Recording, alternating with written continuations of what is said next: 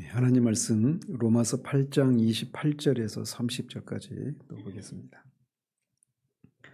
로마서 8장 28절에서 30절까지 같이 읽겠습니다.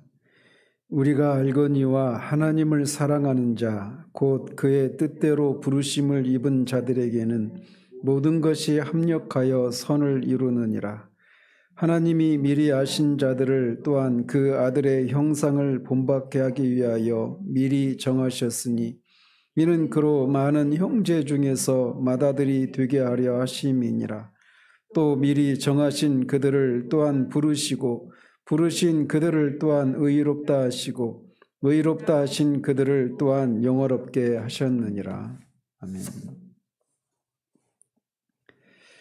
지난주에는 하나님의 구원 계획의 궁극적인 목적이 그 아들 예수 그리스도를 영화롭게 하는 것이다 라고 하는 것을 말씀드렸습니다. 그리고 예수 그리스도를 영화롭게 하는 것이 구원의 궁극적인 목적인데 그 그리스도가 이미 영광을 받으셨잖아요. 근데 그 영광은 우리가 영화롭게 되는 것으로 맞춰지기 때문에 그리스도가 영화롭게 되는 것이 구원의 목적이기 때문에 우리가 영화롭게 되는 것은 필연적이다라고 하는 것을 말씀드렸습니다. 로마서 오늘 본문은 미리 아심, 미리 정하심, 부르심, 의롭다 하심, 영화롭게 하심을 영화롭게 하심 이것이 하나님의 창세 전부터 시작된 사랑에서 시작된 완전한 구원의 사슬이라고 말씀드렸습니다. 우리는 이 구원의 사슬이라고 불리는 이 구조 중에 지난주에는 미리 아심에 대해서까지 살펴보았고 오늘은 나머지 부분들을 살펴보도록 합니다. 우리가 계속해서 이 본문에 오래도록 머물러 있는데 이 본문은 이 본문을 포함해서 이 8장 후반부는 기독교 신학 안에서 가장 심오한 주제들, 즉 하나님의 미리 하심, 미리 정하심, 부르심, 의롭다 하심, 영화롭게 하심을 하나의 구원의 사슬로 제시하고 있습니다. 그래서 우리가 이 내용들을 하나씩 살펴보는 것이 매우 중요한데 우리가 주의해야 될 것이 있습니다. 여기서 말하고 있는 이 단어들을 이해하는 것이 곧 우리가 구원을 받고 안 받고를 결정하는 것은 결정한다 이렇게 말할 수는 없다는 사실이에요. 바울이 이 용어들을 제시하는 이유는 구원을 어떻게 받는가를 말해주기 위해서가 아니라 이미 구원받은 성도가 어떻게 자신의 구원을 확신하게 될 수 있는가를 설명하기 위해서 이 용어들을 들어서 이 구원의 확신을 제공하고 있단 말이죠. 따라서 어떤 성도가 이 용어들을 완전히 이해하지 못한다 해도 그 사실이 그 사람이 구원을 받지 못한 증거다. 또 그 사람의 신앙이 미약하다. 이런 의미는 아닙니다. 다만 이해의 깊이에 따라서 확신의 정도가 달라진다라고 말씀드릴 수는 있습니다. 그렇지만 구원받고 안 받고의 이 여부를 결정하는 것을 이 용어를 이해하느냐 아느냐에 달려있는 게 아니라는 것이에요. 우리가 구원받고 안 받고를 결정하는 것은 오직 한 가지 사실밖에 없습니다. 즉 예수 그리스도의 인격과 그분의 사역을 전적으로 신뢰하느냐 그렇지 않느냐 이 사실 하나가 우리의 구원이 진짜냐 아니냐를 결정짓는 아주 단 하나의 본질이라고 말씀드릴 수가 있어요. 그래서 바울은 지금 어떻게 믿음이 생기게 되는가라고 하는 구원의 적용 과정을 설명하고 있는 겁니다. 어떻게 구원을 받는가가 아니라 구원을 받게 하는 그 믿음이 어떻게 생겨났는가 이거를 설명하고 있어요. 그리고 그 결과는 최종적으로 무엇인가 이거를 설명하고 있단 말이죠. 그렇기 때문에 어떻게 구원을 받는가 이거를 지금 말하고 있는 게 아니라는 사실들을 기억할 필요가 있습니다. 따라서 우리는 이 용어들을 지나치게 논쟁적으로 다루기보다는 하나님이 성도에게 확신을 주시기 위해서 마련한 구원의 질서를 탐구한다라고 하는 태도로 접근을 해야 합니다. 그러나 안타깝게도 이 구절들은 교회 역사 속에서 많은 논쟁을 불러일으켜 온 것이 사실입니다.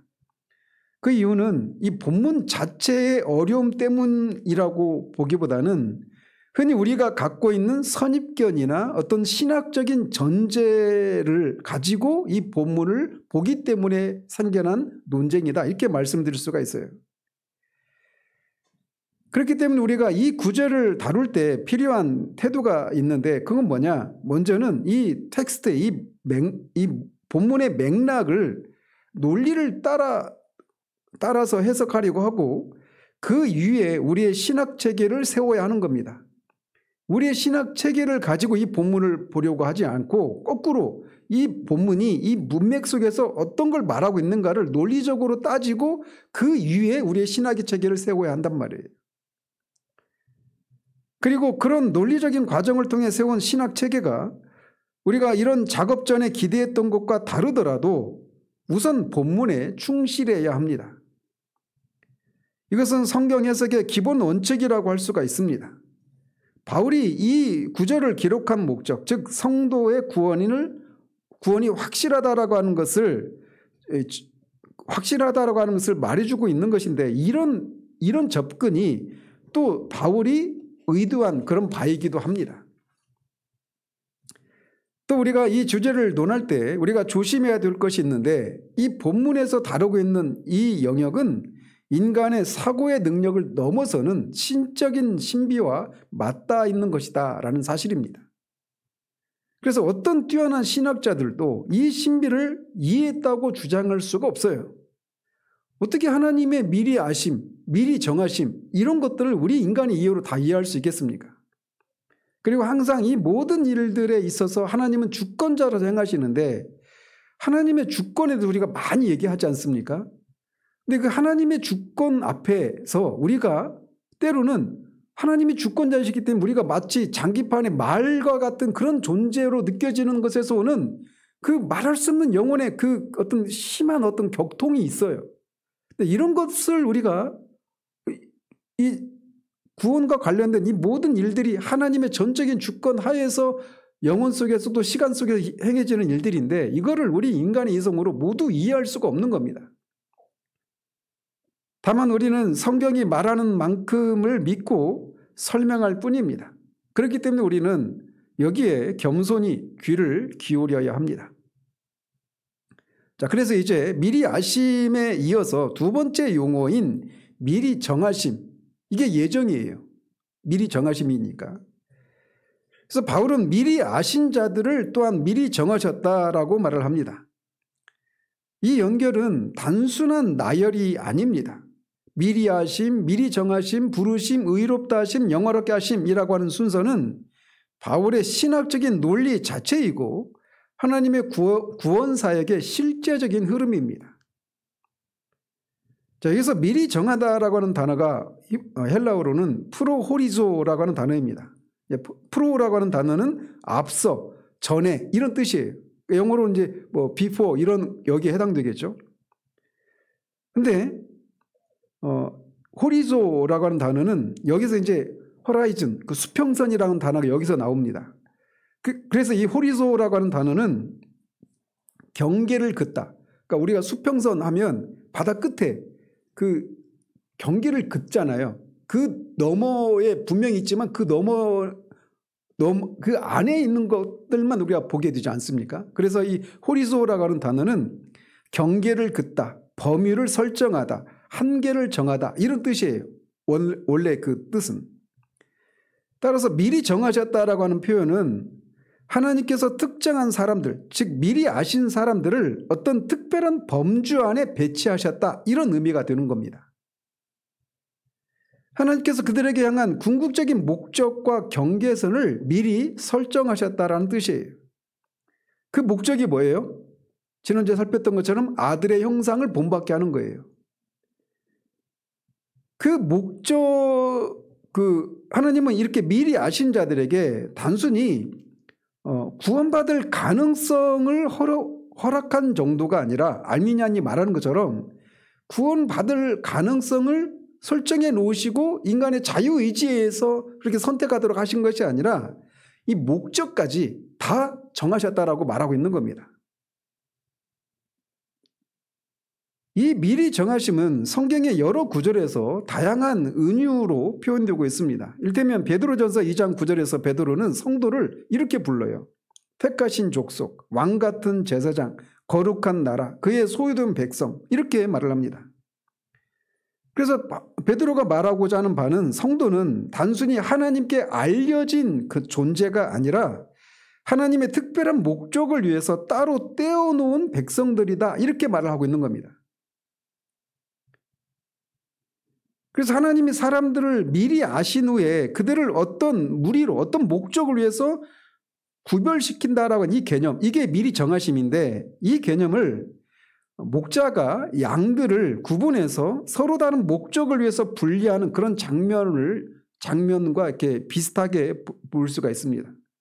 목자가 수많은 양들 가운데서 어떤 양은 시장에 내다 팔기 위해서, 또 어떤 양은 자신이 계속 소유하기 위해서 양을 이렇게 구분할 수 있지 않습니까? 그래서 그렇게 팔 양은 이제 시장에 내다 팔 양은 따로 구분하고 소유할 양은 다시 우리 안에 이렇게 넣듯이 하나님께서도 미리 아신 자들을 특별한 목적의 울타리 안에 놓으셨다라고 하는 의미입니다. 미리 정하셨다라고 하는 것이. 그리고 그 목적은 말씀드린 것처럼 그 아들의 형상을 본받하기 위해서예요. 즉 예정의 목적은, 미리 정하심의 목적은 단순히 구원을 주는 것이 아니라 그리스도를 닮은 존재로 변화시키기 위한 하나님의 계획적인 조치라는 것입니다. 그냥 지옥에 가지 않고 천국에 가는 것이 구원의 목적이 아니에요. 아들의 형상을 본받게 하기 위한 것이 구원의 궁극적인 목적인데, 그것을 위해서 경계를 지어 놓으셨다, 구별했다, 이것이 미리 정하심이 말하는 것이라는 겁니다. 바울의 논리에 따르면 미리 정하심은 미리 아심에서 자연스럽게 이어지는 단계입니다. 지난주에 살폈던 것처럼 미리 아심은 하나님이 어떤 사람들에게 언약적인 사랑을 베푸셨다라고 하는 의미라고 말씀드렸죠. 아모스서에서도 내가 여러 족속 중에 이스라엘 너희만 알았다, 이렇게 말씀하셔서 그 다른 민족을 모르셨다는 얘기가 아니라 이스라엘 백성들과만 특별한 언약적인 사랑의 관계를 맺고 그들을 사랑하셨다라고 하는 의미로 너희만 알았다, 이렇게 말씀하셨다고 말씀드리지 않았어요? 그래서 미리 아심은 이렇게 하나님이 어떤 사람들에게 언약적인 사랑을 두셨다는 뜻이고, 미리 정하심은 그 사랑이 향해야 할 구체적인 목적을 확정하신 것이다, 이렇게 말할 수가 있는 겁니다. 즉 하나님은 먼저 사랑하시고 그 사랑 안에서 그들을 특정한 영광의 목적지로 정하셨다라고 말하고 있는 겁니다. 바울은 이것을 통해서 하나님의 구원 계획이 우발적이거나 사람의 어떤 선택에 따라 반응해서 나온 것이 아니라 철저하게 목적론적이고 논리적으로 연결되어 있고 완결적이다라고 하는 사실을 드러내고 있는 겁니다. 이게 미리 정하심이 우리에게 말해주고 있는 거예요. 자, 그 다음에 뭡니까? 미리 아신 자들을 미리 정하시고 부르셨다라고 말하고 있어요. 그래서 바울이 제시하는 구원 사슬은 미리 아심, 미리 정하심, 부르심, 의롭다 하심, 영원롭게 하심, 이 5단계로 되어 있는데, 부르심은 이 5단계 중에 정확하게 중간에 위치하고 있습니다. 이것도 단순히 우연하게 배열을 하고 있는 게 아닙니다. 왜 부르심이 이 5개 단계 중에 한 가운데 위치하고 있을까요? 잘 보시면 하나님이 미리 아시고 미리 정하심, 이거는 언제 이루어진 일입니까? 영원 속에서 세우신 계획이에요. 그리고 그 계획이 우리 각자의 삶 속에서 실제로 적용되는 지점이 바로 부르심이 일어난 부르심입니다. 따라서 부르심은 영혼에서 시작된 하나님의 구원 계획이 시간 속으로 들어오는 첫 순간이라고 말씀드릴 수 있는 겁니다.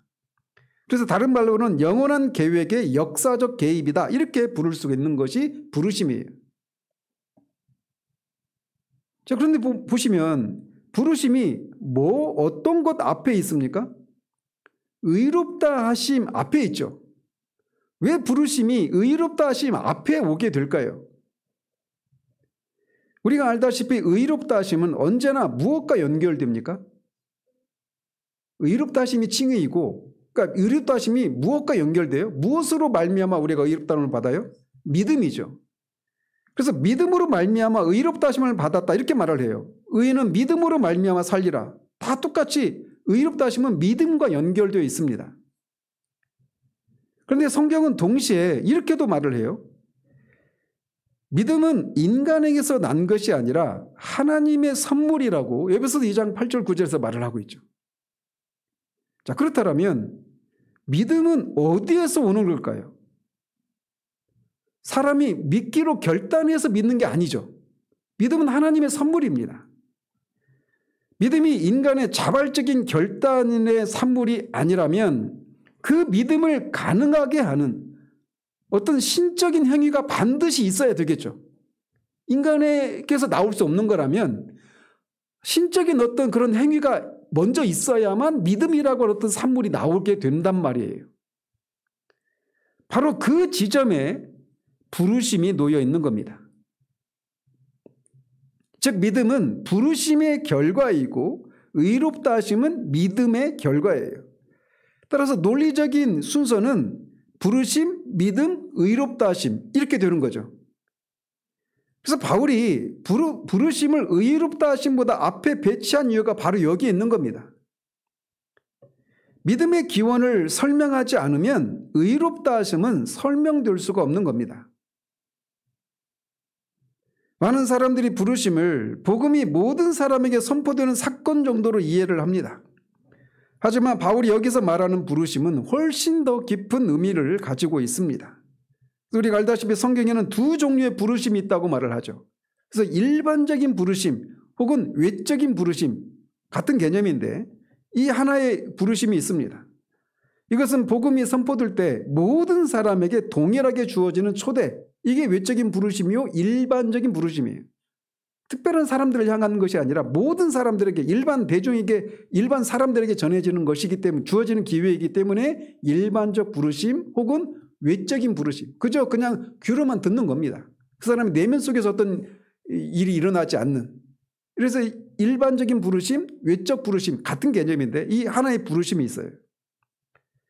그런데 또 다른 부르심이 있는데 그게 바로 효과적인 부르심이요 내적인 부르심입니다.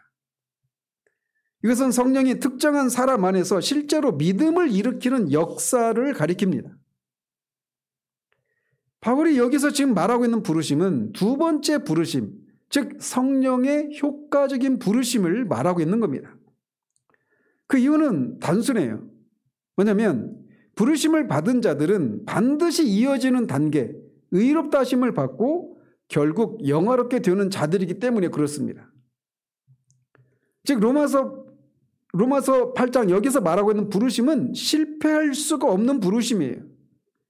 그래서 하나님이 부르신 자는 반드시 믿고 의롭다 하심으로 연결되고 결국 영화롭게 됩니다. 이것은 부르심이 단순한 초대가 아니라 능력 있는 창조적인 역사임을 의미하는 겁니다. 그렇다면 왜 믿음으로 의롭다를 받는데 그래서 믿음이 반드시 있어야 되는데 이 믿음이 인간에게서는 나오지 않기 때문에 이렇게 먼저 이렇게 효과적인 부르심이 반드시 있어야 될까요? 그것은 인간의 자연적인 상태 때문에 그렇습니다. 로마서 8장 7절에 육신의 생각은 하나님과 원수가 된다고 말합니다. 인간의 자연적인 상태는 아담 안에 있는 모든 인간은 다 이렇게 하나님 육신적인 생각에 사로잡혀 있고 하나님과 원수되어 있어요. 하나님을 싫어합니다. 하나님을 사랑하지 않아요. 또 요한복음 3장 19절에서는 사람들이 빛보다 어둠을 사랑한다라고 말합니다. 또 고린도전서 2장 14절에서는 자연인은 육신에 속한 사람들은 하나님의 일들을 받지 않는다. 오히려 그것을 미련하게 여긴다라고 말하죠. 이런 일들은 어떻게 해야 분별할 수 있다고 해요? 영적으로라야 분별할 수 있다 이렇게 말합니다. 따라서 사람이 영적이 되지 않으면 여기서 말하는 영적이 된다는 얘기는 성령을 통해서 거듭나지 않으면 이라는 뜻이에요.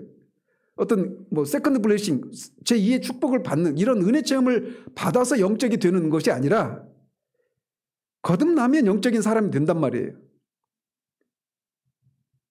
그래서 영적이 되지 않으면 하나님의 성령의 일을 받지 않습니다. 이게 인간의 상태예요. 또 예배소서 2장 1절에서는 모든 사람이 허물과 죄로 죽어 있다고 말합니다. 죽은 자가 살아나는 일이 먼저 일어나야만 하는 거예요. 또 고린도후서 4장 4절에서는 마귀가 믿지 않는 자들의 마음을 혼미케 한다라고 말하고 있습니다. 모든 사람들은 마귀에게 사로잡혀 있기 때문에 마귀보다 강한 자의 역사가 먼저 있어야 돼요.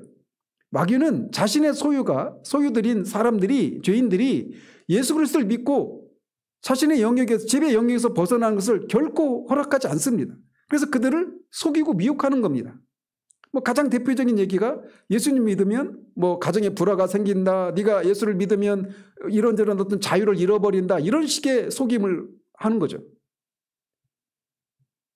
어쨌든 성경이 거듭나지 못한 인간의 상태를 이렇게 다양하게 묘사하고 있는데 이런 진술들이 말하는 것은 단 하나입니다.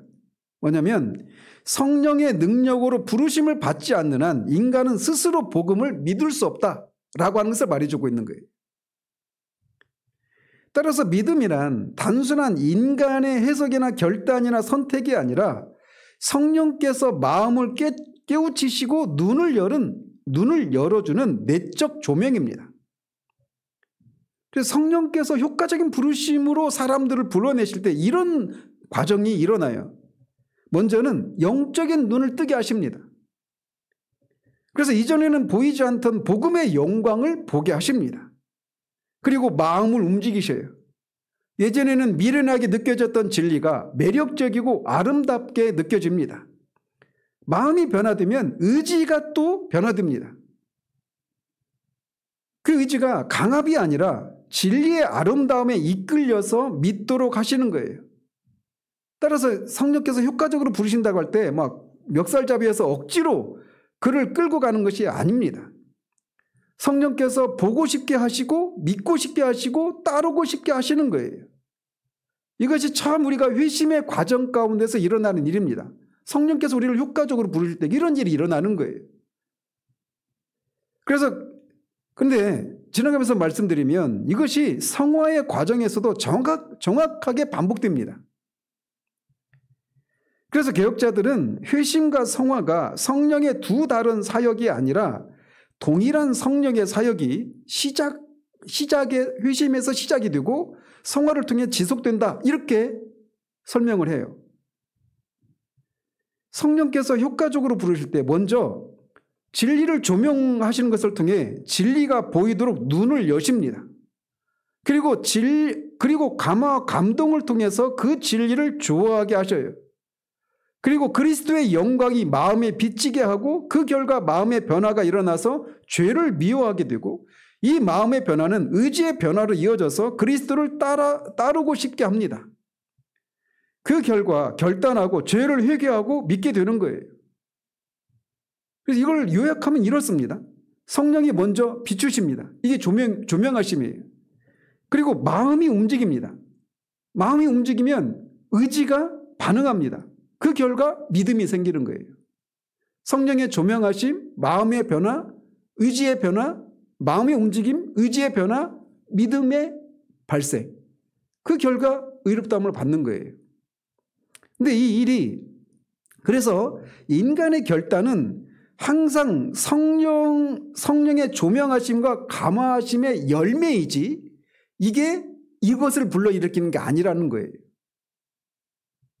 그런데 이것이 정확히 성화의 과정에서도 똑같이 일어나요.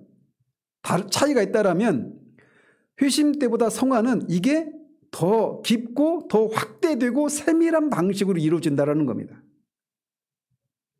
그래서 먼저는 말씀을 통해서 그리스도의 영광을 보게 하십니다. 이번 주에 제가 고린도후서 3장 18절이 존 오웬의 바라봄의 신학의 핵심 구절이다 말씀드렸죠. 그리스도의 영광을 바라보게 하시는 거예요. 언제? 우리가 진리를 말씀을 들을 때 그런 것들을 그 말씀을 조명하셔서 그 속에서 그리스도의 영광을 보게 하시는 거예요. 이게 조명하심입니다. 그러면 그렇게 조명하실 때 우리의 마음이 그 영광에 마음이 끌리게 됩니다. 거기에 매료되는 거예요. 그게 감화입니다. 감화. 그리고 동시에 정죄와 책망이 일어나요. 그리스도의 영광을 볼 때 그 앞에서 우리 안에 있는 죄의 추함과 어둠을 보게 하십니다. 그렇게 되면 어떤 일이 일어나느냐? 마음의 변화가 일어나서 죄를 미워하게 됩니다. 그리고 긍정적으로는 그리스도를 닮고 싶어하는 마음이 우리 가운데 일어나는 거예요. 그 결과 뭐가 따라 나올까요? 자, 진리를 통해 말씀을 들을 때 성령께서 그 진리를 깨닫게 하시고 조명하셔서 그리스도의 영광을 보게 하시고 그것을 통해서 그 그리스도의 영광이 우리가 매료되게 하시는 거예요. 그리고 나서 동시에 죄를 미워하게 되는 일이 일어납니다. 소극적인 측면에서는. 그리고 그리스도를 닮고 싶어하는 마음이 일어나요. 그 다음에 나오는 게 뭘까요? 논리적으로 한번 생각해 보십시오. 순종이 나오는 겁니다. 그러니까 성령의 조명, 아까 휴심 때 성령의 조명하심을 통해 마음의 변화가 일어나고 의지가 변화되어서 믿는 일이 일어나는 것처럼 성화의 과정에서는 성령의 조명하심, 마음의 변화, 의지의 변화가 순종으로 이어지는 거예요. 그래서 휴심의 과정이나 성화의 과정이나 성령께서 하시는 방식은 똑같아요. 진리를 통해서 그런 일을 하시는 겁니다. 그래서 우리가 자아를 죽이고 그리스도의 생명으로 사는 것도 똑같은 원리예요. 그래서 그리스도의 영광을 진리를 통해서 보게 될 때 죄를 미워하게 되고 그리스도를 닮고 싶어하는 이런 일이 일어나서 즐거운 마음으로 순종하는 겁니다. 인간의 순종이 거기서 나오는 거예요. 순종을 통해서 그런 성령의 은혜가 임하는 게 아니란 말이에요. 성령께서 먼저 역사하셨기 때문에 순종이라고 하는 열매가 그런 과정을 통해 나타나는 거란 말이죠. 그래서 성경은 회심과 성화를 구분하되 둘 다 성령의 동일한 능력에서 나온다고 말을 합니다. 우리가 다 수건을 벗은 얼굴로 주의 영광을 보매 그와 같은 형상으로 변화하여 영광에서 영광에 이르니 이는 주의 영으로 말미암음이라. 고린도후서 3장 18절인데 이 구절은 성화를 지속적 회심이라고 설명하고 있는 겁니다. 주의 영광을 본다. 이건 뭐냐면 조명이에요. 말씀을 통해서 주의 영광을 보게 하시는 겁니다. 주님의 사랑을, 주님의 오래 참으심을, 온유하심을, 주님의 권능을, 주님의 그 희생을 통해 나타난 주님의 그 사랑을 말씀을 통해서 우리에게 보게 하시는 거예요. 그렇게 될 때 우리 마음이 거기에 끌리는 겁니다. 이게 감화예요. 감화. 그러면 성화가 나오는 거예요. 의지가 변화돼서 순종이 나오는 겁니다. 그 결과 성화가 이루어지는 거예요. 영광에서 영광으로. 근데 이 일이 뭘로 말미암는다? 주의 영으로 말미암는다. 성령께서 진리를 사용하셔서 그렇게 하시는 거예요.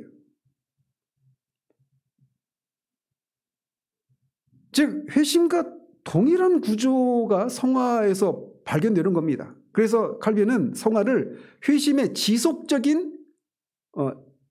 지속이다 이렇게 말을 하는 거예요. 그래서 굳이 둘과의 관계를 설명하자면 성화는 회심을 좀 더 깊이 그리고 넓게 확대하시는 것이다 이렇게 말할 수가 있는 겁니다. 다시 효과적인 부르심으로 돌아가면 실제로 성경 속에서 그런 사례들을 우리가 많이 발견할 수가 있습니다. 예를 들면 사도행전 16장 14절에 주께서 그 마음을 열어 그 마음일 때 그 누구의 마음이냐면 자주장사 루디아입니다. 그 마음을 열어 바울의 말을 청종하게 하셨다. 순서가 매우 중요합니다. 주께서 루디아의 마음을 여셨고 그래서 루디아가 바울의 말을 청종했던 겁니다. 루디아의 결단이 먼저가 아니라 하나님의 개입이 선행한 것이란 말이에요. 또 사도행전 13장 48절에 보면 영생을 주기로 작정된 자는 다 믿더라 이렇게 말하고 있습니다. 즉 복음을 들은 사람들 중 믿은 사람들은 영생을 위해서 미리 구별된 자들이었다라고 말하고 있어요. 여기서 말하는 믿음은 예정의 결과이고 부르심의 적용은 그 예정을 현실로 만드는 과정이라고 하는 것을 보여주고 있는 겁니다. 또 사도행전 11장 18절에 보면 그 고넬료에게 말씀을 전하고 고넬료 가족이 회심을 한 이후에 베드로가 유대인들에게 와가지고 네가 왜 이방인들에게 가서 막 그 이방인들과 접촉을 했느냐라고 하면 책망할 때 그런 얘기를 이제 그때 벌어진 일을 설명하고 나니까 그 유대인들이 하나님께서 이방인들에게도 생명 얻는 회개를 주셨다 이렇게 말을 합니다. 이 구절에서도 말하고 있는 것은 회개조차도 하나님의 선물임이 강조되고 있는 겁니다. 이것은 부르심이 단순히 믿음을 일으키는 수준이 아니라 회심 전체를 일으키는 능력의 행위임을 보여주고 있는 겁니다. 그리고 실제로 이 로마서를 기록하고 있는 사도 바울도 스스로 복음을 선택한 사람이 아니죠. 그는 오히려 복음을 조롱하고 교회를 잔멸하려고 그렇게 열심을 냈던 사람이었습니다. 그러나 아시다시피 다메섹 도상에서 그리스도의 영광이 나타났을 때 그는 가장 자연스럽고 자발적인 반응으로 주여 무엇을 하리까 이렇게 고백을 하죠. 그 순간 그때까지도 이제 사울이라고 불렸죠. 그 순간 사울은 강제로 그의 의지가 꺾인 것이 아니라 진리의 영광을 본 결과로 마음 깊은 곳에서 순복하게 된 것입니다. 이것이 바로 부르심이에요. 성령께서 그리스도를 실제로 보이시는 순간 의지와 마음이 새 방향을 갖게 되는 겁니다. 회심은 방향 전환이에요. 나를 위한 삶에서 하나님을 위한 삶으로의 저 방향 전환. 이게 회심이에요. 그래서 항상 회심이 일어날 때는 전에도 교회를 수십 년 다녔던 사람일 수 있습니다. 저도 그런 케이스고, 어떤 사람은 교회 밖에 있었던 사람일 수도 있어요. 그런데 공통적인 건 뭐냐면 진리를 깨닫는 일들이 일어나게 되는 거예요. 그래서 말씀을 그전에도 예수님이 십자가에 내 죄를 위해서 죽으셨다 이런 얘기를 귀에 못이 박히도록 들었습니다. 그런데 그런 어떤 진리를 정말 실제적으로 깨닫게 되는 일들이 일어나는 겁니다. 그리고 그 진리에 대해서 막 알고 싶어하고 거의 매료되는 거예요. 그래서 마음이 변화되고 그것이 막 달고 기쁘고 알아가는 그런 마음이 막 있단 말이죠. 그리고 나서 의지가 바뀌고 믿게 되는 일이 일어나고 믿는 다음에도 동일한 과정들을 밟게 되는 겁니다.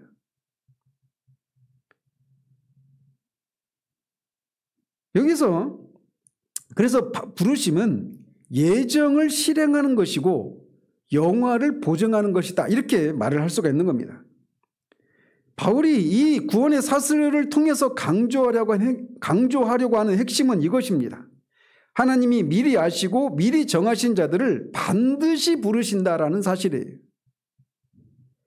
그리고 그 부르심은 반드시 믿음을 낳고 믿음은 반드시 의롭다 하심으로 이어지고 의롭다 하심을 받은 자는 반드시 영화롭게 된다. 이게 바울이 강조하고 있는 겁니다. 따라서 부르심은 예정과 영화 사이에 절대 끊어지지 않는 연결고리이고 성도의 구원을 실제로 보증하는 신적인 행위다라고 정리할 수가 있는 겁니다. 다시 보면 바울의 구원 사슬은 부르심, 의롭다 하심, 영화롭게 하심이라고 하는 이런 흐름을 가지고 있습니다. 이 구조는 신학적으로 매우 중요한 두 가지 사실을 보여주고 있습니다. 첫 번째는 믿음이라고 하는 것은 부르심의 산물이라는 사실을 우리에게 말해주고 있어요. 바울은 의롭다 하심을 말할 때 언제나 믿음으로 말미암아라고 표현한다고 말씀드리지 않았습니까? 그런데 이 믿음이 인간 안에서 자연적으로 생겨나는 심리적인 결단에 의한 것이 아니라 성령의 부르심을 통해서 주어지는 선물이라고 말하고 있단 말이에요. 이거 앞에서 말씀드렸죠. 그래서 바울의 논리는 이렇습니다. 하나님이 부르신다. 부르심으로 믿음이 생긴다. 믿음으로 의롭다 하심이 주어진다. 그리고 이 논리 구조는 의롭다 하심이 왜 부르심 뒤에 놓이는지 설명해주고 있는 겁니다. 이런 이유 때문에 그러는 거예요. 인간은 스스로 믿을 수가 없어요. 그래서 먼저 효과적인 부르심이 있어야만 믿음이 생기고 믿음으로 의롭다함을 받기 때문에 부르심이 의롭다 하심 앞에 있단 말이죠. 자, 그래서 그 다음에 의롭다 하심을 살펴보면 의롭다 하심은 하나님께서 믿는 자에게 하시는 법적인 선언이요 판결입니다. 그 선언은 두 가지 사실을 의미합니다. 네 죄가 다 용서받았다라고 하는 죄사함의 선포이고, 그래서 하나님의 진노 아래 있던 자가 더 이상 정죄받지 않는다라고 하는 이런 하나의 의미가 있고, 또 하나는 그리스도의 의가 그의 의로 전가되었다라는 사실입니다. 근데 그 의가 전가되었다라고 할 때 그 의는 우리가 법정적인 선언인데, 그 의가 의미하는 바는 그리스도의 온전한 순종으로 말미암아 획득된 이 의가 우리의 것으로 주어졌다, 우리의 것이다, 이렇게 선언을 하시는 것인데, 그 선언은 어떤 걸 말한다고 그랬어요? 영적인 생명, 그 영적인 생명을 얻을 수 있는 법적인 권리가 우리에게 주어졌다라고 하는 것을 의미한다고 그랬죠. 그래서 그 법적인 권리를 따라서 실제적으로 그 생명이 우리에게 주어지는 사건이 뭐예요? 거듭남이죠. 중생이죠. 근데 여기서는 그걸 다루지 않으니까 이거를 먼저 말씀을 드리는 겁니다. 그런데 그걸 우리가 염두에 두고 있어야 돼요. 이거를 같이 얘기하지 않으면 분명히 우리가 의롭다함을 받는 것은 우리의 행위로 말미암지 않죠. 그죠?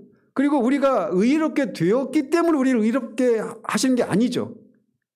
여전히 우리는 경건하지 않은 자들이에요. 불경건한 자들입니다. 그럼에도 불구하고 그리스도의 의를 우리의 것으로 여겨준단 말이에요. 그래서 칭의는 순전히 법정적인 사건입니다. 그런데 여기서 그쳐버리면 이제 거듭남과 칭의를 연결해서 생각하지 않으면, 나는 예수를 믿었는데 이 구원받은 자의 그런 삶의 열매들이 나타나지 않는 것을 이제 그 문제를 아주 가볍게 처리해버리는 그런 우를 범하게 된단 말이에요. 여러분은 그런 예화를 많이 들었을 거예요. 그 칭의의 법정적인 이 선언에 대한 얘기를, 이런 예화, 왕자와 거지 예화, 동화 아시죠? 거지가 왕자하고 신분이 바뀌었어요. 그래서 왕궁에 들어왔는데 신분은 왕자가 되었는데 성품은 거지예요. 거지처럼 먹고 거지처럼 사람을 대하고 거지처럼 생각합니다. 정말 거지 같아요. 이거를 설명하는 겁니다. 신분은 왕자인데 본성이 거지이기 때문에 거지처럼 말하고 사는 것처럼, 우리가 예수를 믿고 의롭다함을 받은 것은 전적으로 법정적인 사건이니까 우리가 여전히 거지처럼 생각하고 거지처럼 말한다, 거지처럼 그런 왕자다운 삶의 열매가 나타나지 않는 이유를 그렇게 설명하고 말아요. 반쪽만 설명한 거죠. 어쨌든 여기서는 지금 그걸 다루려고 하는 본문이 아니니까, 그러나 제가 이거를 항상 말씀을 드려야 되겠다 이런 생각을 가지게 돼요. 칭의와 거듭남의 관계를 이 의라고 하는 것을 축으로 그렇게 연결되지 않으면, 나는 예수 믿고 난 의롭다함을 받았어. 그런데 나는 아직 그런 거듭난 사람의, 구원받은 사람의 그런 열매가 나타나지 않는 것은 나는 아직 어떤 은혜 체험을 하지 못해서야. 그래서 나는 구원받았지만 아직 그런 삶에 나타나지 않는 육적인 그리스도인이야 라고 말하면서 많은 사람들이 거기에서 속고 내가 구원받은 사람이라고 착각하면서 하는 거예요. 우리가 의롭다함을 받았다라고 하는 것이 진짜라면 거기에는 필연적으로 삶의 열매가 따라 나오게 되어 있어요. 의를 전가받았다라고 하는 것은 영적인 생명을 받을 수 있는 권리가 우리에게 주어졌다는 것이고, 그 권리에 따라서 하나님이 실제로 성령을 통해서 우리에게 새 생명을 주시기 때문에 반드시 열매가 나타나게 되어 있단 말이에요. 그래서 이 두 가지를 같이 연결하지 않는 것이 오늘날 명목상의 그리스도인들, 자신을 스스로 육적 그리스도인이다, 나는 아직 영적인 그리스도인이 아니고 아직은 육적인 그리스도인이야, 이렇게 착각하게 만드는 아주 주범이라고 저는 생각해요. 자, 그런데 제가 딴 얘기하다가 시간이 많이 갔는데 오늘 좀 이걸 한번 조금만 다룰게요. 자, 그런데 어쨌든 바울이 여기서 말하는 의롭다 하심은 단지 죄사함 수준에 머물지 않습니다. 이 의롭다 하심은 반드시 영화로 이어지는 과정의 필연적인 연결고리로서 말하고 있는 거예요. 여기서 우리가 꼭 기억해야 하는 것은 바울은 믿는 자들 중 일부는 영화에 이르고 일부는 실패할 수 있다고 말하고 있지 않다는 점입니다. 그는 의롭다 하신 그들을 또한 영어롭게 하셨느니라라고 완료형으로 말하고 있습니다. 영화롭게 되는 것은 미래의 사건이지만 바울은 그것을 이미 완료된 사실처럼 선언하고 있어요. 그 이유는 분명합니다. 하나님의 구원 계획의 성취는 우리의 의지에 강약에, 우리의 충성됨에, 우리의 신실함에 달려있는 것이 아니라 하나님의 신실하심에 달려있기 때문에 영화가 미래의 사건임에도 불구하고 이미 이루어진 완료형으로 사용하고 있단 말이에요. 사람이 의롭다 하심을 받은 이상 그는 구원의 사슬 한가운데 들어온 것이고 그 사실은 결코 끊어질 수 없다라는 것을 말해주고 있는 겁니다.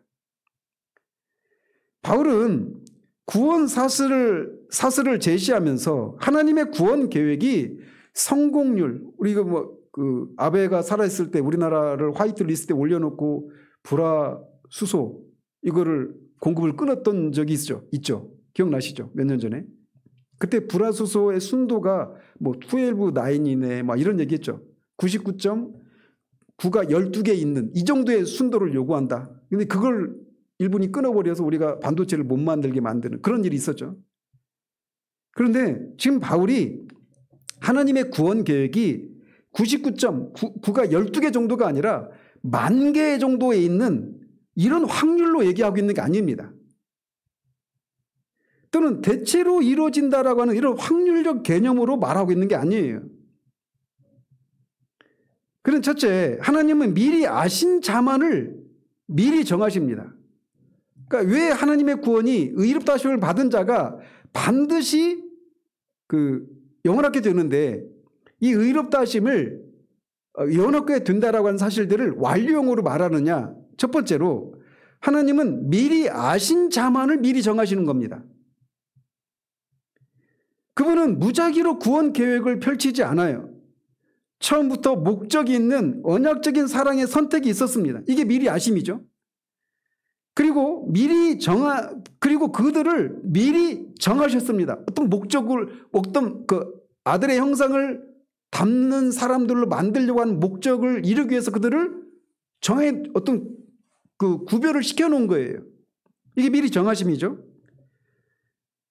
하나님은 단지 구원이라는 가능성만 제공한 것이 아니라 최종적 상태까지 결정해 두었어요. 그리고 세 번째, 그 목적을 실행하는 방식이 부르심입니다. 부르심은 실패할 수가 없는 신적인 능력입니다. 그래서 하나님이 부르신 자는 반드시 믿게 되어 있어요. 네 번째는 믿는 자는 반드시 의롭다함을 받습니다. 여기에는 조건이나 예외가 없어요. 믿기만 하면 의롭다함을 받습니다. 근데 그 믿음이 성령에 의해서 효과적인 부르심에 의해서 생겨난 믿음이기 때문에 그 믿음은 반드시 의롭다 하심을 불러와요. 다섯 번째, 의롭다 하신 자는 반드시 영화롭게 됩니다. 구원의 사슬에는 약한 고리가 없어요. 중간에 끊어질 가능성이 전혀 없습니다. 따라서 바울은 성도의 구원을 필연적인 과정으로서 제시하고 있는 겁니다. 그 이유가 뭐냐? 하나님은 실패할 수 없는 분이고 그분의 계획은 완전한 성취를 전제하고 있는 계획이라는 겁니다. 자, 그런데 여기서 우리가 의롭다 하심을 받고 그 다음에 뭐가 있어야 돼요? 원래 구원의 서정에 따르면 거룩하게 하시고 이렇게 있어야 되잖아요. 성화가 있어야 되잖아요. 근데 바로 영화로 뛰잖아요. 그래서 이 구절을 다루면서 생겨난 오해 중에 하나가 있는데, 그렇다면 우리가 신자가 영화롭게 되는 이 과정에 있어서, 구원의 과정에 있어서 순종과 성화는 아무 역할이 없는가, 이런 생각을 하는 사람들이 있습니다. 근데 바울은 그런 결론을 여기서 말하고 있는 게 아닙니다. 그가 이 구원의 사슬을 제시하고 있는 이 목적은 사람들의 도덕적인 책임을 약화시키려는 것이 아니라 성도가 구원의 확신을 잃지 않도록 돕는 데 있습니다. 그래서 성도의 구원이 절대적으로 완전하다. 이게 주된 목적이기 때문에 성화를 지금 건너뛰고 의롭다 하신 자들을 영화롭게 하셨다. 이렇게 말하고 있는 거예요. 그래서 순종과 성화가 아무런 역할이 없느냐? 아닙니다. 그러나 우리가 기억해야 될 것은 그래서 성도의 순종이 필요합니까? 필요하지 않습니까? 필요하죠. 그러나 성도의 순종은 이 구원을 유지하거나 보존하는 조건이 아니라 성령께서 그 안에서 일하시는 은혜의 열매라는 사실을 우리가 잊지 말아야 되는 거예요. 즉 순종이 있어야 구원이 유지되는 것이 아니라 구원이 확실하기 때문에 순종이 나오는 겁니다. 이게 복음적인 구조예요. 제가 이번 주에도 리차드 백스터 얘기를 했죠. 리차드 백스터는 성화를 어떻게 이해를 했냐면 은혜의 보존을 위한 조건처럼 설명을 했습니다. 즉 신자는 은혜로 구원받지만 그 은혜가 지속되기 위해서는 신자의 순종이 필요하다. 이게 리차드 백스터가 가르쳤던 거예요. 그래서 복음을 새로운 율법으로 만들었다라는 비난을 받고 그를 가리켜서 신율주의자라고 말을 하는 겁니다. 새로운 율법주의자다. 복음을 조건으로 생각하는 겁니다. 은혜로 우리가 구원받았잖아요. 근데 그 은혜가 계속 유지되고 지속되고 그 은혜 안에서 하나님과 관계를 누리기 위해서는 우리의 순종이 필요하다. 이렇게 얘기를 한 거예요. 이게 언뜻 들으면 당연히 순종해야 그 은혜를 우리가 하나님의 사랑을 받고 있다는 것을 알고 구원의 확신을 누릴 수 있고 하나님의 친밀한 관계를 누릴 수 있는 거 아닙니까? 이렇게 생각하죠. 이게 사람들의 심리에 맞아요. 이게 생리적인 사람의 율법주의자로 태어나는 사람의 생리적인 그런 특징을 생각할 때 이게 사람들에게 아무런 문제의식을 일으키지 않습니다.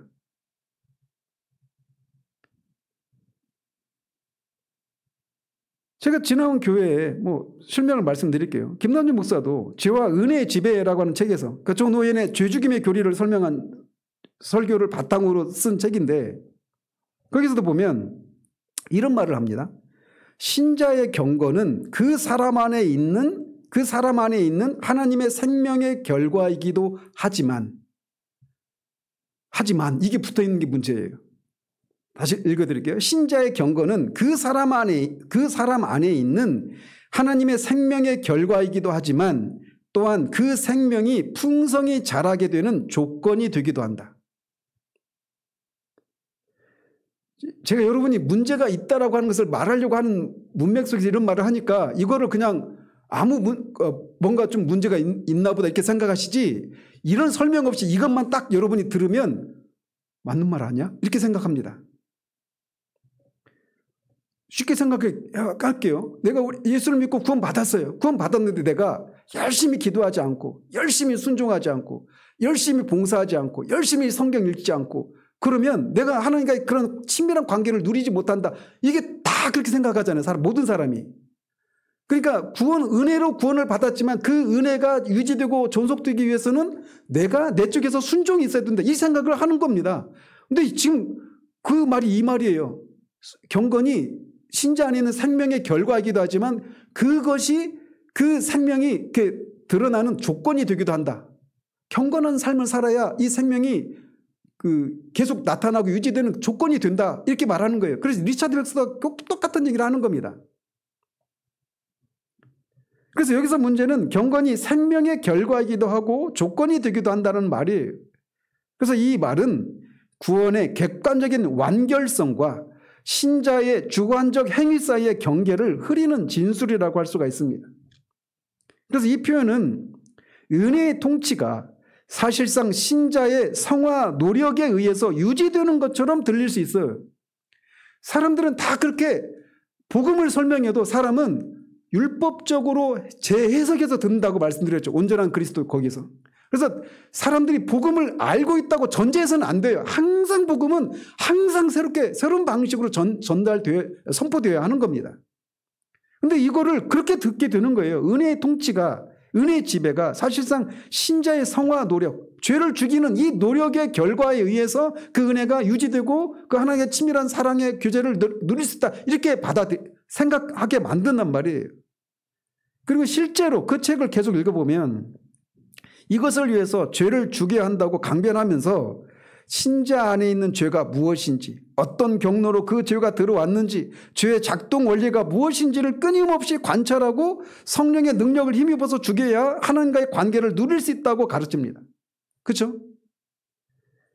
말을 복잡하게 해서 그렇지, 한마디로 말하자면 우리가 죄를 죽이는 총체적인 순종을 통해서 은혜의 지배 상태를 누릴 수 있다라고 하는 것이에요. 뭐 은혜의 지배 상태를 누린다라고 하는 것을 하나님의 사랑을 누린다, 구원의 확신을 누린다, 뭐 이렇게 다양하게 말할 수 있습니다. 그러나 존 오웬은 이렇게 반박했어요. 성령의 사역은 순종을 조건으로 작동하는 것이 아니라 순종을 낳는 원인이다. 앞에서 제가 말씀드렸죠. 성령께서 진리를 조명하실 때 그 말씀 속에서 그리스도의 영광을 보게 하시고 우리 마음이 거기에 매료되고 이끌리게 되고, 그러면서 죄를 미워하면서 그리스도를 닮고자 하는 마음이 생겨나서 의지적으로 즐거운 마음으로 순종하는 거예요. 그러니까 성령께서 성화를 이루시는 겁니다.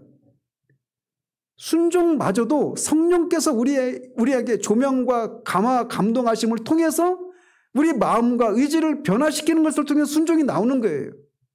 그 순종이 성령의 능력을 불러와서 우리가 죄를 죽이고 거룩함을 이루는 게 아니란 말이에요. 이거는 성령으로 시작했다가 육체로 마치는 겁니다. 챗GPT는 얘는 뭐 사람과의 관계가 없잖아요. 아주 그냥 냉정하잖아요. 다른 복음에 비견할 만하다, 이렇게 얘기해요. 사실 그 갈라디아에서 말하는 그 다른 복음과 똑같은 거죠. 갈라디아 교회가 빠졌던 위험이 그거잖아요.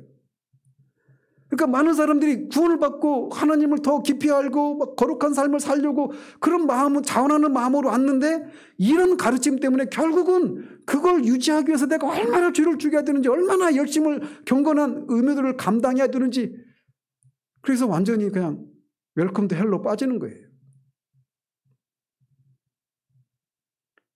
그래서 앞에서 말씀드린 과정을 통해서 성령께서 우리가 즐거운 마음으로 순종하도록 이끄시는 겁니다. 그래서 이 바울의 구원 사슬은 오웬의 주장과 정확히 일치합니다. 하나님이 부르십니다. 성령이 믿음을 일으키셔요. 믿음이 의롭다함을 낳습니다. 그리스도의 영광을 보는 것이 성화를 낳아요. 모든 과정은 결국 영화로 귀결됩니다. 이 구조 어디에서도 인간의 힘, 순종은 조건이 될 수 없습니다. 그래서 인간이 아무것도 안 해드느냐?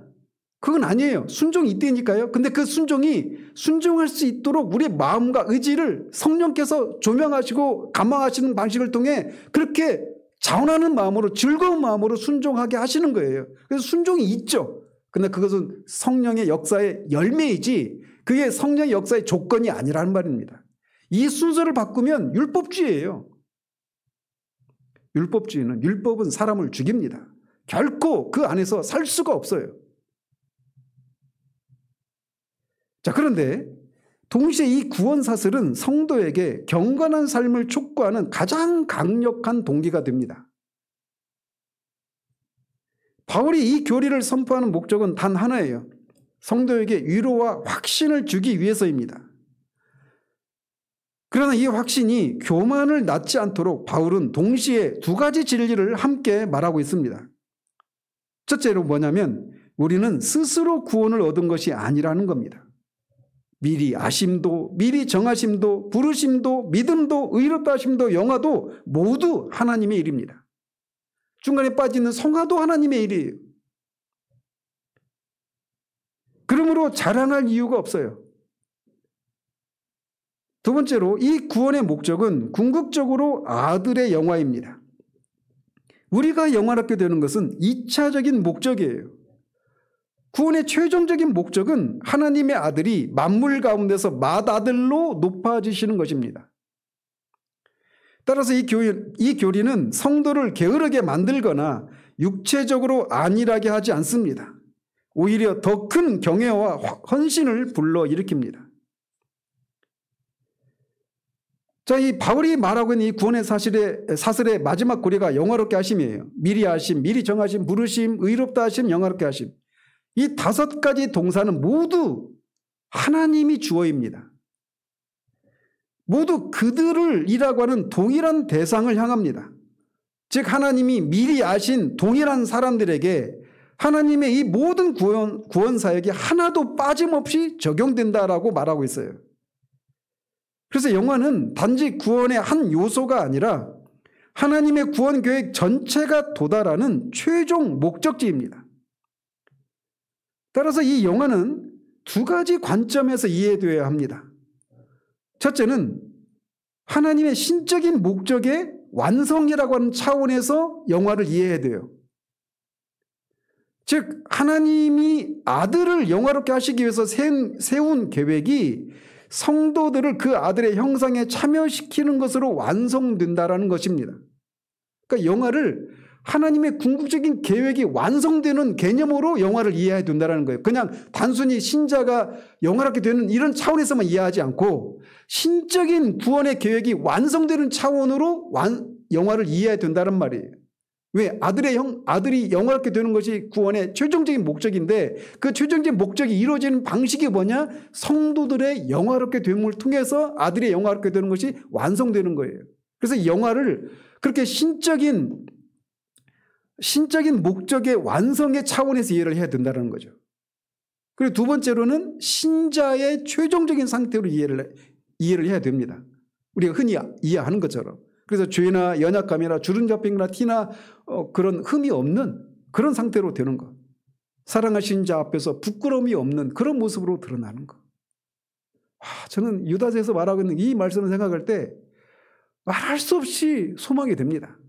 우리 안에 얼마나 많은 부끄러운 분들이 있습니까? 김남진 목사님이 그 책을 읽다 보면 사람이 질식합니다. 왜냐하면 그 구두는 끊임없이 자신 안에 어떤 죄가 들어왔는지 어떤 경로를 통해 들어왔는지 그게 죄가 어떻게 작동하는지 우리의 지성을 우리의 감정을 의지를 어떻게 미혹하고 우리로 하여금 죄를 죽이지 못하게 하는지 끊임없이 그걸 보게 하거든요. 그런데 우리가 성화는 우리 자신의 내면을 들여다봄으로 이루어지는 것이 아니라 그리스도를 바라봄으로 이루어지는 거예요. 아까 말씀드린 것처럼. 근데 어쨌든 딴 얘기 막 제가 요즘 오늘 굉장히 지금 애들이 많은데 어쨌든 이 두 번째로는 이 영화를 우리가 죄나 연약함이나 타락의 영향력에서 완전히 벗어난 영광의 상태로 이해를 해야 합니다. 이 두 가지가 같이 있는 거예요. 바울은 이 구원의 마지막 단계조차 인간의 성취가 아니라 하나님의 행위라고 명시하고 있습니다. 구원 사슬 전체가 하나님 중심으로 되어 있기 때문에 그래요. 특히 우리가 주목해야 될 점은 바울이 영화롭게 하셨느니라라고 완료형을 사용하고 있다는 사실입니다. 이게 신학적으로 매우 중요한 두 가지 의미를 가지고 있는데 첫째는 하나님의 계획 안에서는 이미 완결된 사건이라는 겁니다. 하나님의 예정은 단순한 가능성이나 조건부 제한이 아니라 확정된 목적의 선언입니다. 제가 오늘 또 예레미야를 읽는데 여호와의 말씀이니라 여호와의 말씀하셨느니라 이것이 여호와의 말씀이니라 여호와의 말씀이니라 이게 뭐예요? 말씀하신 대로 이루어진다는 겁니다. 그 부분들을 막 계속 읽는데 여호와의 말씀이니라 여호와의 말씀이니라 여호와의 말씀은 그대로 이루어집니다. 그런 것처럼 하나님이 세우신 이 구원 계획이 하나님이 미리 아신 자들을 미리 정하시고 부르셨기 때문에 영화롭게 되는 것은 완결이에요. 하나님 편에서 보면. 그렇기 때문에 하나님의 관점에서는 영화가 이미 실현된 것처럼 확정적입니다. 두 번째로 구원 사슬에 끊어질 고리가 없다는 확증이기도 합니다. 만약에 구원 사슬 중에 어느 한 단계에서라도 끊어지는 일이 있으면 영화롭게 되는 건 있을 수가 없잖아요. 근데 영화롭게 하셨느니라라고 하는 완료형을 통해서 구원 사슬 속에서 사슬 중에 끊어질 고리가 없다라고 하는 것을 확정적으로 말해주고 있는 겁니다. 바울이 완료형을 사용한 이유는 성도가 흔들리는 상황에서도 우리 안에 있는 연약함과 우리 밖에 있는 원수의 강함 앞에서 흔들리는 그런 상황에서도 구원의 완성에 대한 절대적 확신을 제공하기 위해서 이것을 말하고 있는 겁니다. 의롭다 하심은 과거의 사건이요 성화는 현재의 과정이고 영화는 미래의 완성입니다. 그러나 하나님께서는 그 미래의 완성조차 이미 이루어진 사건처럼 확정해 놓으셨습니다. 이 확정성 때문에 성도는 미래의 불확실성을 근거로 구원을 의심해서는 안 돼요. 신약 성경은 영화에 대해서 두 차원을 동시에 말하고 있다라고 하는 것을 우리가 마지막으로 생각을 해봐야 됩니다. 첫 번째는 우리가 알다시피 영화는 미래죠. 미래 영화. 이것은 미래 영화와 관련돼서는 이런 요소들을 포함합니다. 우리가 부활의 몸을 입죠. 또 죄의 잔재로부터 완전히 해방되고 그리스도의 형상과 완전히 일치하는 변화가 일어나고 하늘의 영광에 참여하는 실체적인 상태가 미래 영화 가운데 이루어질 일들입니다. 그래서 이런 일들은 아직의 영역에 속하죠. 아직 우리에게 이루어지지 않은 일이에요. 그런데 영화를 현재의 차원에서도 말하고 있다는 겁니다. 그래서 성경은 동시에 영화가 이미 시작되었다고도 말을 해요. 고린도후서 3장 18절이 그걸 말합니다. 영광에서 영광으로 변하여 간다.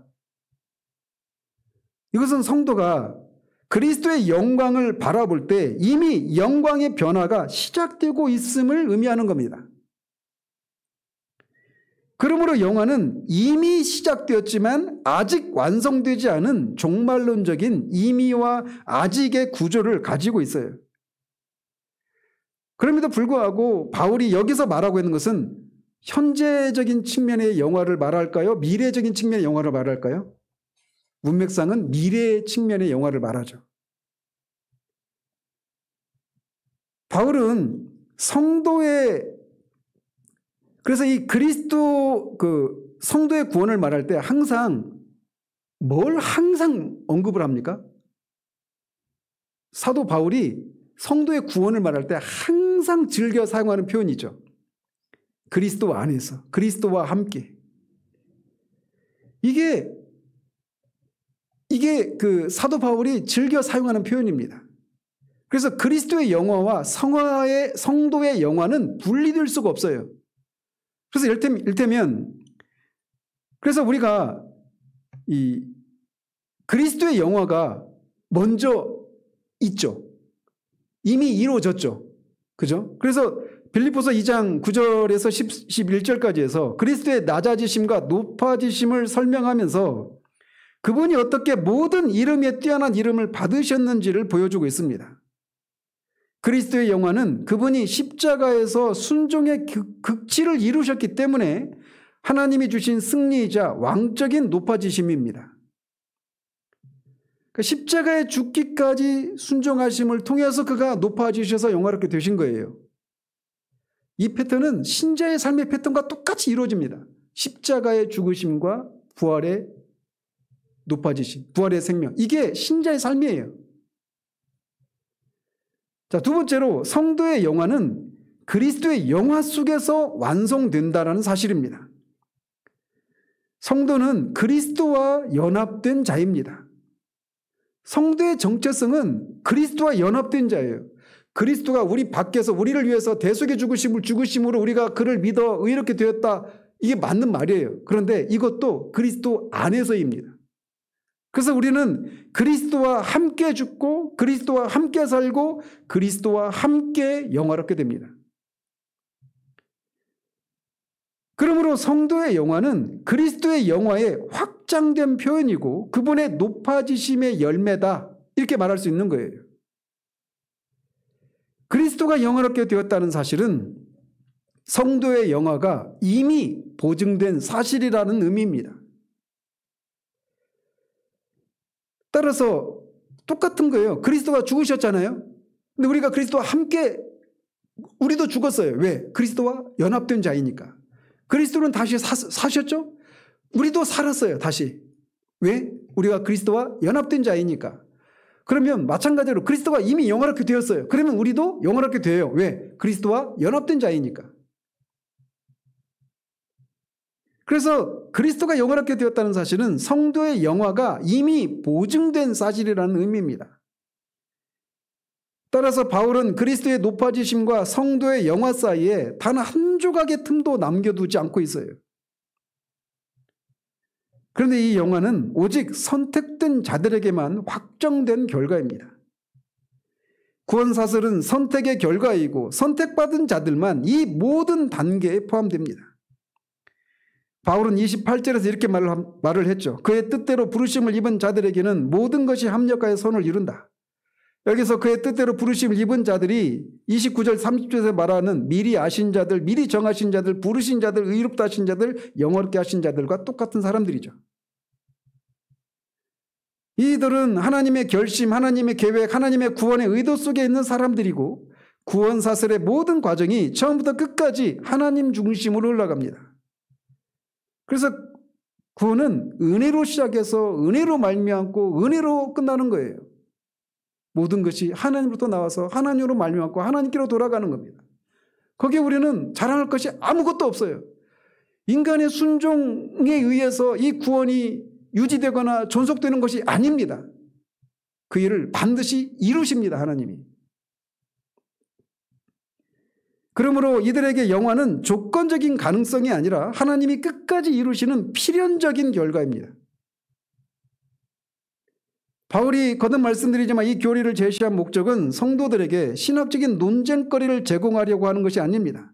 그의 목표적인 의도는 이런 것이에요. 첫 번째로는 구원에 대한 흔들리지 않는 확신을 주기 위함입니다. 우리는 얼마나 자주 우리 연약함과 우리 유부에 있는 어떤 세상의 험악함과 그런 사탄의 권세 앞에서 우리가 두려움을 느낄 때가 많습니까? 그러나 그런 것을 보고 불안해하지 않도록 하나님께서 이 모든 단계를 주도적으로 진행하신다는 것을 아는 것이 필수적입니다. 두 번째로 교만을 차단하는 것이 은혜의 논리입니다. 영화는 인간의 성취가 아니라 하나님의 은혜의 절정입니다. 그러므로 자랑할 것이 없어요. 셋째, 거룩한 삶을 촉구하는 동기를 부여하기 위함입니다. 구원의 확신을 가지면 사람들이 게을러지지 않을까 이런 생각하잖아요. 그런데 그것이 아니라는 겁니다. 구원의 확신은 결코 게으름을 낳지 않습니다. 오히려 성도가 하나님의 변함없는 사랑을 확신할 때 마음에 깊은 감격이 일어납니다. 성령께서 효과적으로 부르실 때 하신 그 사역, 진리를 보게 하고 그리스도의 아름다움에 마음을 끌리게 하고 죄를 미워하게 하고 믿음을 일으키는 이 일은 성화의 전 과정에서도 동일한 방식으로 계속 작용됩니다. 즉 진리를 보게 하고 그리스도의 아름다움에 마음을 끌리게 하고 죄를 미워하게 하고 즐거움으로 순종하게 하는 일을 성령께서 하시는 거예요. 그러므로 성화는 네가 먼저 순종해야 성령이 오신다는 조건적인 구조가 아니라 성령의 조명과 감화를 통해서 새 마음이 먼저 움직이고 그 결과로 순종이 자연스럽게 흘러나오는 그런 과정입니다. 이게 복음적인 구조예요.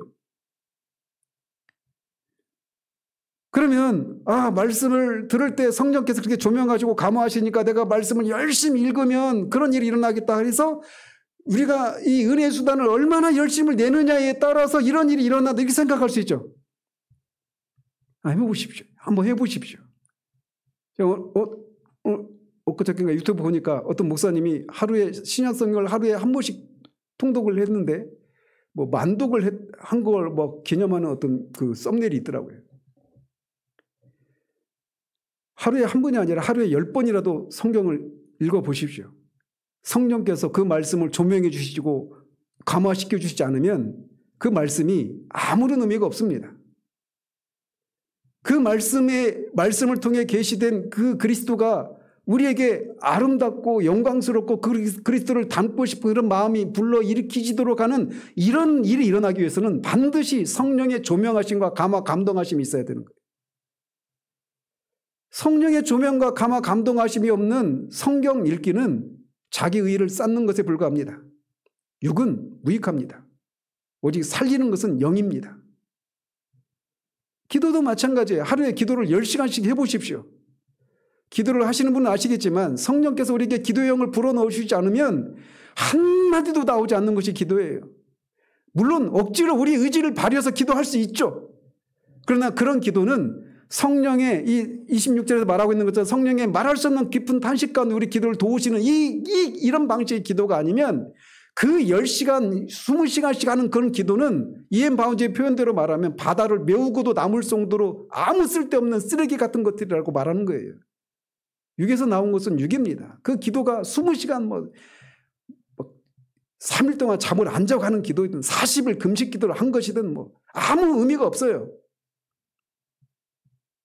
즉 은혜의 수단을 통해서 그렇게 성령의 조명하심이 또 우리의 기도를 도우시는 이런 일을 통해서 우리가 즐거운 마음으로 순종해서 그런 열매가 맺히는 것인데 우리가 그 은혜의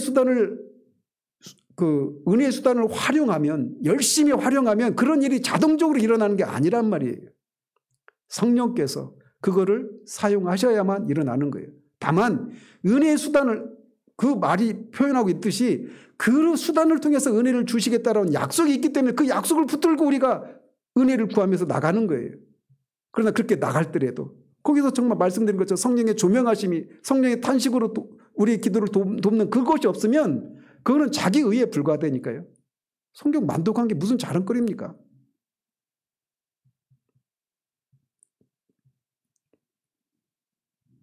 아무튼 성도는 자신의 구원이 이미 하나님 안에서 확정되었다는 사실을 알 때 혹시 버림받지 않을까라고 하는 두려움이 사라지고 확신이 사랑과 감사와 기쁨의 동력을 만들어 오히려 더 뜨겁고 자원하는 순종을 낳습니다. 그래서 확신은 사랑은 순종을 일으킨다라고 하는 것이 개혁주의적인 성경신학의 질서이고 이것이 바로 확신이 게으름이 아니라 감격적인 헌신을 낳는 이유입니다. 우리가 받은 구원이 이렇습니다. 그러니 우리의 구원을 누가 끊을 수 있겠습니까? 우리가 구원받은 우리 중에 어느 누가 그 구원을 잃어버린 일이 일어날 수 있겠습니까? 그리스도 예수 안에서 시작하신 그 일을 하나님이 그리스도의 날까지 반드시 이루십니다. 우리가 의롭다하심을 받았다면 우리는 성화를 넘어서 영화롭게 됩니다. 아니 이미 그리스도와 함께 우리는 영화롭게 되었다라고 말할 수 있어요. 이게 우리에게 베푸신 구원입니다. 그러니 이 사실 안에서 확신을 흔들리지 않고 확신 가운데 거하는 여러분 되시길 바라요. 기도하겠습니다. 하나님 아버지, 미리 하신 자들을 미리 정하시고 부르시고 의롭다 하시고 영원롭게 하셨느니라 라고 하는 이 말씀을 통해서 우리에게 말해주는 이 진리를 이 저녁에 살폈습니다.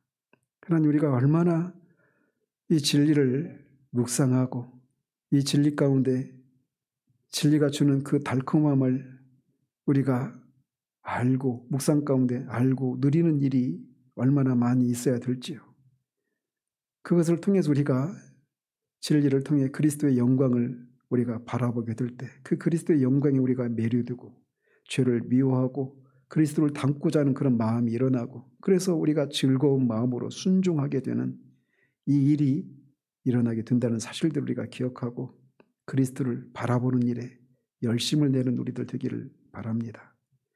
정말 그래서 그리스도가 하신 일들의 그 영광스러움을 조금이라도 드러내어 주님께 합당한 존귀와 영광을 돌려드리는 우리와 우리 교회와 우리들이 될 수 있도록 도우시기를 원하옵고 우리 주 예수 그리스도 이름으로 기도합니다. 아멘.